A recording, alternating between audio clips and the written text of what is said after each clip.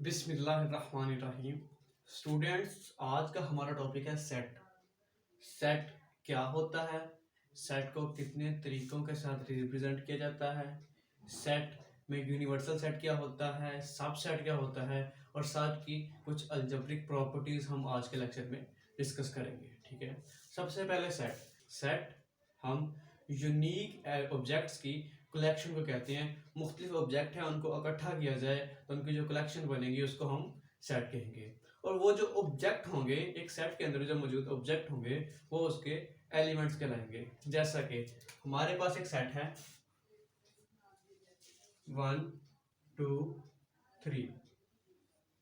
इस सेट के अंदर हमारे पास 1 2 3 टोटल ये मिले तो हमारे पास एक सेट बन जाता है जिसमें हमने डिफरेंट और यूनिक ऑब्जेक्ट्स की कलेक्शन को लिया है। और ये जो हमारे पास 1 2 और 3 हैं, ये हमारे पास इसके ऑब्जेक्ट हैं जिनको हम एलिमेंट्स कहते हैं, एलिमेंट्स ऑफ द सेट। ठीक है स्टूडेंट्स, अब नेक्स्ट देखते हैं हम सेट को कितने तरीकों के साथ रिप्रेजेंट कर सकते हैं।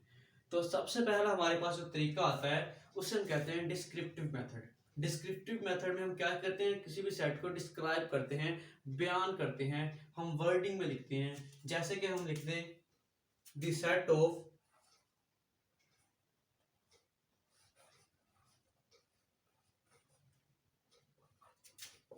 People in Lahore. लाहौर में मौजूद लोगों का सेट। तो ये हमारे पास एक सेट होगा, इसमें तमाम लोगों के लाहौर के लोग आ जाएंगे। तो इसमें जो हमारे पास पीपल होंगे वो हमारे पास इस सेट के एलिमेंट्स कहलाएंगे। जो हम इस तरह बयान करते हैं या इस तरह कोई भी स्टेटमेंट लिखते हैं, इसको हम कहते हैं ये हमारे पास डिस्क्रिप्टिव मेथड है किसी सेट को लिखने का या डिस्क्राइब करने का। अब दूसरा मेथड देखते हैं जिसको हम कहते हैं रोस्टर मेथड। तो रोस्टर मेथड हमारे पास होता है रोस्टर। तो रोस्टर मेथड में हम क्या करते हैं, हम इसे हम कहते हैं करली ब्रैकेट्स या दरमियानी ब्रैकेट। इसके अंदर वो वाले जो यूनिक ऑब्जेक्ट्स हैं वो लिखते हैं।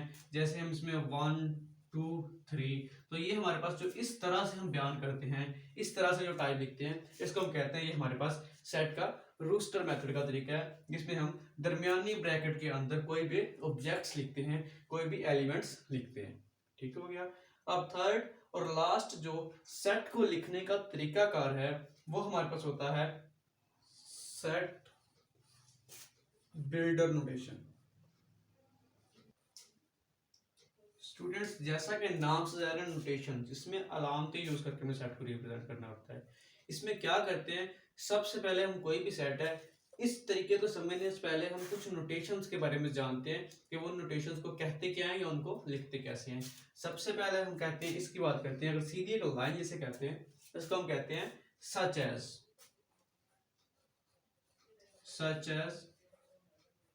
ठीक है, और इसके बाद अगर हम इस साइन की बात करें, अगर ऐसी कोई अलामत आ जाए तो इसका मतलब हमारे पास होता है एंड। इसी तरह इस अलामत का मतलब हमारे पास होता है आर। ठीक है, ये जो साइन हम है इसको हम कहते हैं बिलोंग टू।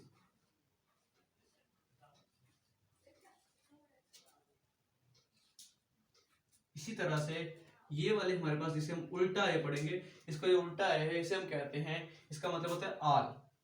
ठीक है, इसी तरह से अगर ये ई जो हमने लिखा था आगे उसके ऊपर एक क्रॉस लगा हो, इसका मतलब है डज नॉट बिलोंग टू। मतलब ये बिलोंग टू या डज नॉट बिलोंग टू का मतलब होता है कि ये उस सेट का हिस्सा है बिलोंग टू में, और डज नॉट बिलोंग टू में ये उस सेट का हिस्सा नहीं है। इन अलामतों को जानने के बाद हम सेट बिल्डर नोटेशन लिखने का तरीका देखते हैं। तो वो तरीका हमारे पास है,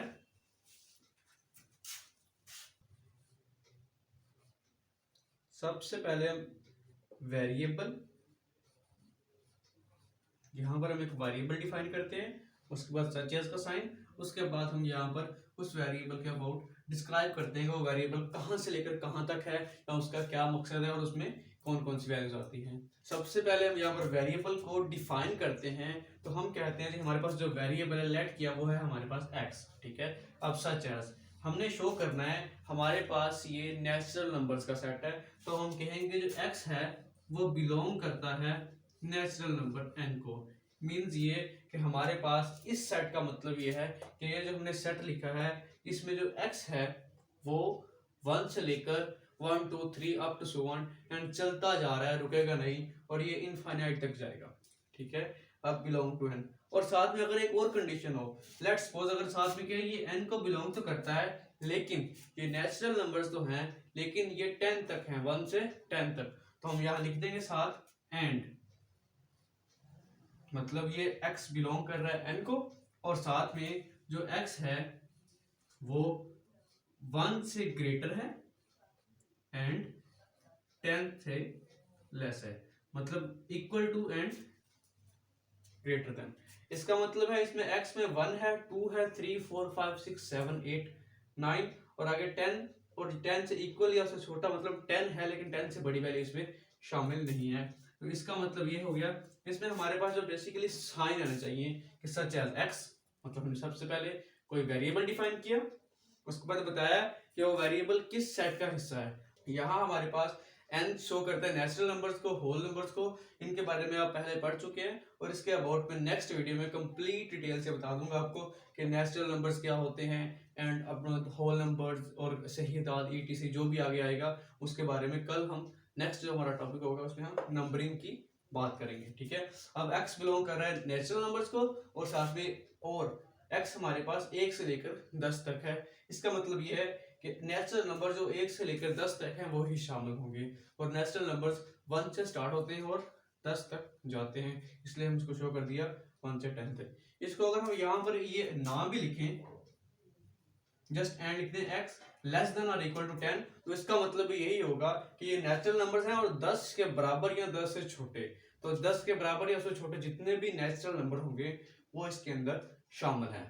तो ये हमारे पास है सेट बिल्डर नोटेशन, जिसके अंदर हम क्या करते हैं, सबसे पहले वेरिएबल, फिर उस वेरिएबल के बाद डिफाइन करते हैं कि वो वेरिएबल है क्या और उसमें किस किस चीज को वो शो कर रहा है या किसको रिप्रेजेंट कर रहा है। ये हमारे पास सेट बिल्डर नोटेशन में आ जाता है। अब इससे नेक्स्ट चलते हैं, हमारे पास ये तीनों तरीके थे जिसको हमने भी यहाँ पर देख लिया। अब हम चलते हैं कि हमारे पास एम्प्टी सेट और यूनिवर्सल सेट की तरफ, वो क्या होते हैं।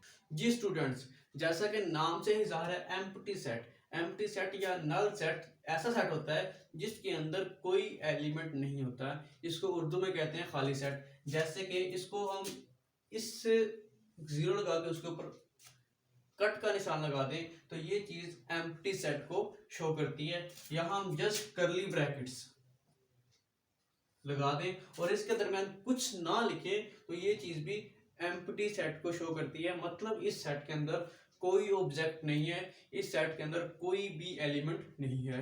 ये हमारे पास एम्प्टी सेट होता है जिसके अंदर कोई एलिमेंट ना हो। अब नेक्स्ट बात करते हैं यूनिवर्सल सेट की। यूनिवर्सल सेट को हम हमेशा यू से रिप्रेजेंट करते हैं, ये बात याद रखनी है।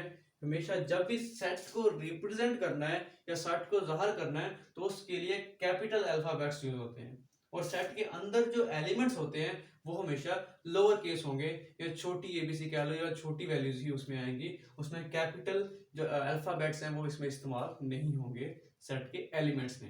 लेकिन रिप्रेजेंट करने के लिए हम हमेशा कैपिटल अल्फाबेट्स को ही यूज करेंगे।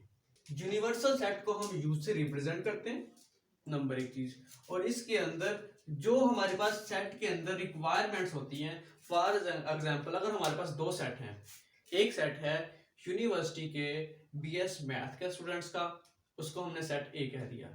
एक सेट है उसमें BS CS के स्टूडेंट हैं, उसको हमने दूसरा सेट कह देंगे। तो इन दोनों सेट के लिए जो हमारे पास यूनिवर्सल सेट बनेगा वो all students of virtual university आएगा। उसमें वर्चुअल यूनिवर्सिटी के तमाम या किसी भी यूनिवर्सिटी के तमाम स्टूडेंट्स का सेट आ जाएगा, ठीक है। यूनिवर्सल वर्ड यूनिवर्स से निकला है, जैसे कि हम जानते हैं यूनिवर्स के अंदर तमाम चीजें आ जाती हैं जो कि वहाँ रिक्वायर होती हैं। जैसे हमारे यूनिवर्स में अर्थ भी आएगी, मून भी, सन भी एंड ETC सब। इसी तरह यूनिवर्सल सेट के में वो तमाम एलिमेंट्स आएंगे जो इसके साथ कोई भी हमारे पास A या B सेट होगा उसमें मौजूद होंगे। अब हम नेक्स्ट यूनिवर्सल सेट की एक एग्जांपल देखते हैं, जब मैंने अभी आपको बताई है कि लेट्स सपोज यूनिवर्सल सेट हमारे पास होगा स्टूडेंट, जस्ट स्टूडेंट्स लिख देते हैं कि इसमें ऑल स्टूडेंट आएंगे जो प्रेप क्लास से लेकर 16 MA के MSc के BS के जो भी स्टूडेंट हैं तमाम हमारे पास यूनिवर्सल सेट में आ जाएंगे। अब अगर हम इसमें एक और सेट ए रिप्रेजेंट करें तो ए सेट हमारे पास यहाँ पे आएगा। लेट्स सपोज हमने कह दिया जी ए सेट हमारे पास है मैट्रिक के स्टूडेंट्स का, ठीक है। इसी तरह बी हमारे पास है बीएस करने वाले स्टूडेंट्स का या बैचलर करने वाले स्टूडेंट्स का जो ग्रुप है उसको हमने कहते हैं सेट बी है। तो बी और ए दोनों सेट हमारे पास इसके अंदर शो हो रहे हैं, क्योंकि स्टूडेंट्स में तो तमाम सेट आएंगे, तमाम के तमाम स्टूडेंट्स आएंगे, इसलिए तमाम इसके अंदर ओबे हो रहे हैं। इसका मतलब यू हमारे पास इसमें यूनिवर्सल सेट है जिसको हम हमेशा यू से रिप्रेजेंट करते हैं। अब यहाँ पर एक है सबसेट। सबसेट क्या होता है? सबसेट का मतलब है कि एक सेट के तमाम एलिमेंट्स किसी दूसरे सेट के तमाम एलिमेंट्स में या किसी दूसरे सेट में मौजूद हैं। फर्ज किया हमारे पास एक सेट यहाँ पर लेते हैं ए, जो कि है 0 1 2 3, और एक हम सेट लेते हैं बी जिसके अंदर हमारे पास एलिमेंट है 0 1 2 3 4 and up to so on, और चलते जा रहे हैं। या फर्ज किया जी ये 10 तक हैं। तो अब ए सेट बी सेट का सबसेट है, जैसे मतलब ए के तमाम एलिमेंट्स, ये 0 भी इसमें है, 1 भी इसमें है, 2 भी और 3 भी, तमाम के तमाम एलिमेंट्स इस सेट में मौजूद हैं। इसलिए हमारे पास जो ए है वो सबसेट है बी का, मतलब ए के तमाम एलिमेंट्स बी में मौजूद हैं, ठीक है। अब सबसेट में उसकी खास ब्रांच जिसे हम कहते हैं प्रॉपर सबसेट। प्रॉपर सबसेट में क्या होता है, उसमें ए के तमाम एलिमेंट्स तो बी में मौजूद होते हैं, लेकिन बी में कुछ ऐसे एलिमेंट्स भी होंगे जो ए में नहीं होंगे। जैसे कि हमारे पास इस सेट में शो हो रहा है कि ये 1 2 3 जो इसमें है, लेकिन इसके अलावा 4 से लेकर 10 तक ऐसी वैल्यूज हैं जो बी के अंदर तो है लेकिन ए में नहीं है। इसका मतलब है जो हमारे पास ए है वो बी का प्रॉपर सबसेट है। प्रॉपर सबसेट के नीचे ये इक्वल की एक अलामत ये नहीं लगेगी, बाकी सेम एज इट इज रहेगा, ठीक है। अब इसकी एक एग्जांपल देखते हैं कि लेट्स सपोज अगर इसी को देखें, हम आगे से ये सारा रेज करते हैं ये, क्योंकि ए के तमाम एलिमेंट्स बी में है इसलिए हम कहते हैं जी ए बी का सबसेट है, लेकिन उसमें कोई एक्स्ट्रा चीज नहीं है, इसलिए कि इसका सेम सबसेट है ए बी का। और अगर हम बी को ए के लिहाज से देखें तो बी के भी तमाम एलिमेंट्स ए में है, इससे ये चीज शो होगी कि बी सबसेट है ए का।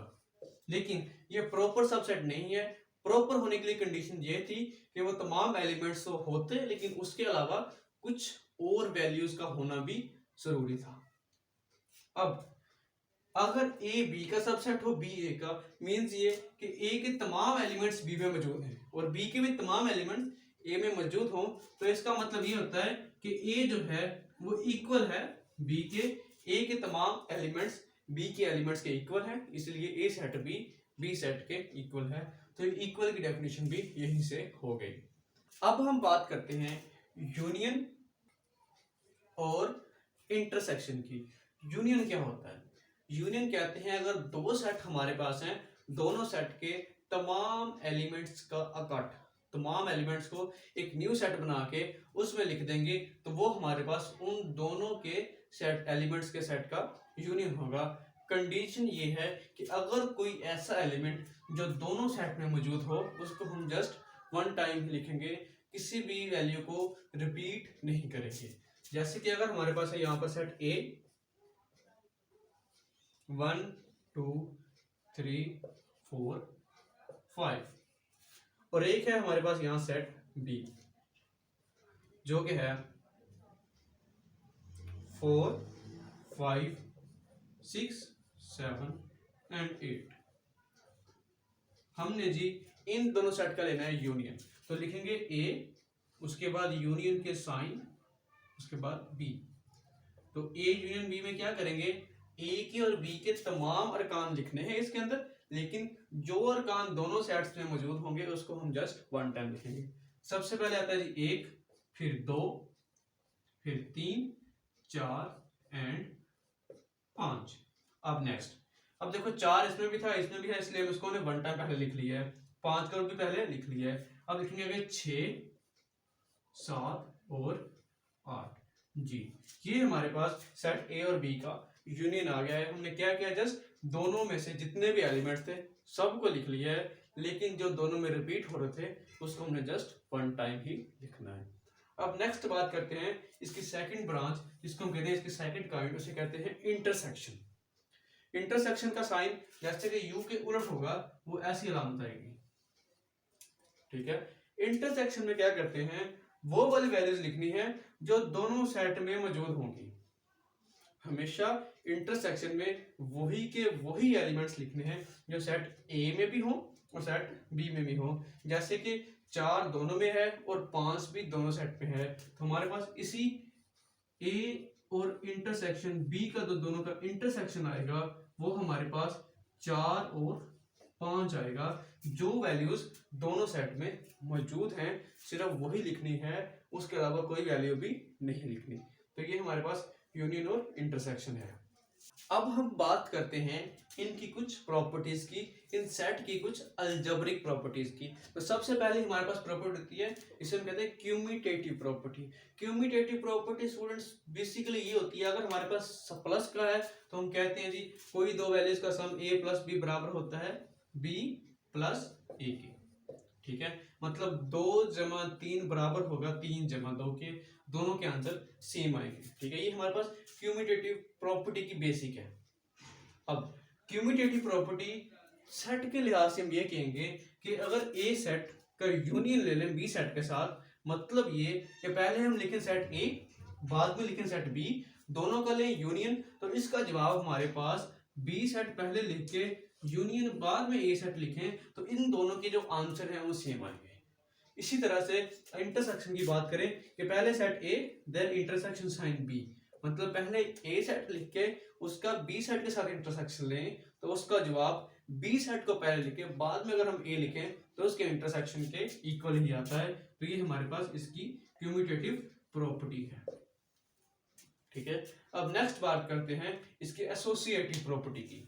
स्टूडेंट्स एसोसिएटिव प्रॉपर्टी हमारे पास क्या होती है? एसोसिएटिव प्रॉपर्टी बेसिकली 3 वैल्यूज का मजमुआ या 3 वैल्यूज की बारे में होती है। एसोसिएटिव प्रॉपर्टी में ये होता है, लेट्स सपोज हमारे पास 3 वैल्यू है, कोई भी ए बी सी। इसकी पहले मैं आपको बेसिक बताऊंगा, बाद में सेट के लिहाज से। तो हमारे पास 3 वैल्यूज हैं ए बी सी, कोई भी हो सकते हैं, ये गिनती का कोई लफ्ज कह लो, कोई भी काउंटिंग का लफ्ज 1 2 3 4 कुछ भी हो सकता है। ये उनमें हमने उसको जर्नल ए बी सी कह दिए, ठीक है। हम ये कहें अगर जमा के लिहाज से देखें, हम कहें जी ए जमा बी जमा सी, इस तरह इधर भी कहते हैं। अगर हम इनके दरमियान लगाते हैं दोनों तरफ ब्रैकेट्स, अगर हम पहले ए को बी में जमा करें देन सी में जमा करें तो इसका जवाब पहले अगर बी को सी में जमा करने के बाद ए में करेंगे उसके बराबर आएगा। यही सेट के लिहाज से होगा। अगर हमारे पास एक सेट ए है, एक सेट बी है और एक सेट सी है, इसी तरह से ए बी सी, तो अगर इनका हम कहें यूनियन, तो अगर हम पहले ए का बी के साथ यूनियन लेके बाद में सी के साथ यूनियन लें, इसका जवाब पहले बी का सी के साथ यूनियन लें बाद में ए के साथ यूनियन लें तो उसके बराबर ही आएगा, कुछ भी डिफरेंट नहीं होगा। ये हमारे पास सेट के अबाउट है। इसी तरह अगर यूनियन की जगह हम इंटरसेक्शन साइन कर दें तो इंटरसेक्शन के लिए भी ये प्रॉपर्टी सेम ऐसे ही रहेगी। अब लास्ट प्रॉपर्टी की बात करते हैं जो कि हमारे पास है डिस्ट्रीब्यूटिव प्रॉपर्टी। डिस्ट्रीब्यूट करना बेसिकली होता है डिवाइड कर देना या उसको डिस्ट्रीब्यूट तकसीम कर दिया 2 से 3 चीजों के अंदर, ठीक है। हमने कहा जी अगर ए है सेट, ठीक है, उसका हम लेते हैं यूनियन। इसका यूनियन लेना किसके साथ है? हमने जी बी इंटरसेक्शन सी के साथ, मतलब बी का पहले सी के साथ इंटरसेक्शन लेंगे बाद में ए के साथ उसका यूनियन लेंगे। तो इसका जो जवाब आएगा कि अगर हम इस ए को बी के साथ और ए को सी के साथ यूनियन लेके भी इंटरसेक्शन लें तो सेम आएगा। मतलब ये पहले हम ए का यूनियन बी के साथ, फिर ए का यूनियन सी के साथ और दरमियान में साइन रख दें इंटरसेक्शन का, तो ये इसके इक्वल होगा। इसको हमने डिस्ट्रीब्यूट कर दिया ए को इन दोनों के साथ। बेसिकली जैसे हम मल्टीप्लाई नहीं करते, पहली वैल्यू को पहले के साथ फिर पहली वैल्यू को दूसरी के साथ, हमने वही काम किया है। पहली वैल्यू का यूनियन पहले के साथ, फिर इस वैल्यू का यूनियन दूसरी वैल्यू के साथ लिया है। दरमियान में जो साइन था वो वैसे का वैसा ही इंटरसेक्शन का रह गया। इसको हम कहते हैं इसकी डिस्ट्रीब्यूटिव प्रॉपर्टी है, ठीक हो गया। इसी तरह कुछ और प्रॉपर्टीज जैसे ए का हम यूनियन लें एम्प्टी सेट के साथ या, तो हमारे पास जवाब आएगा ए।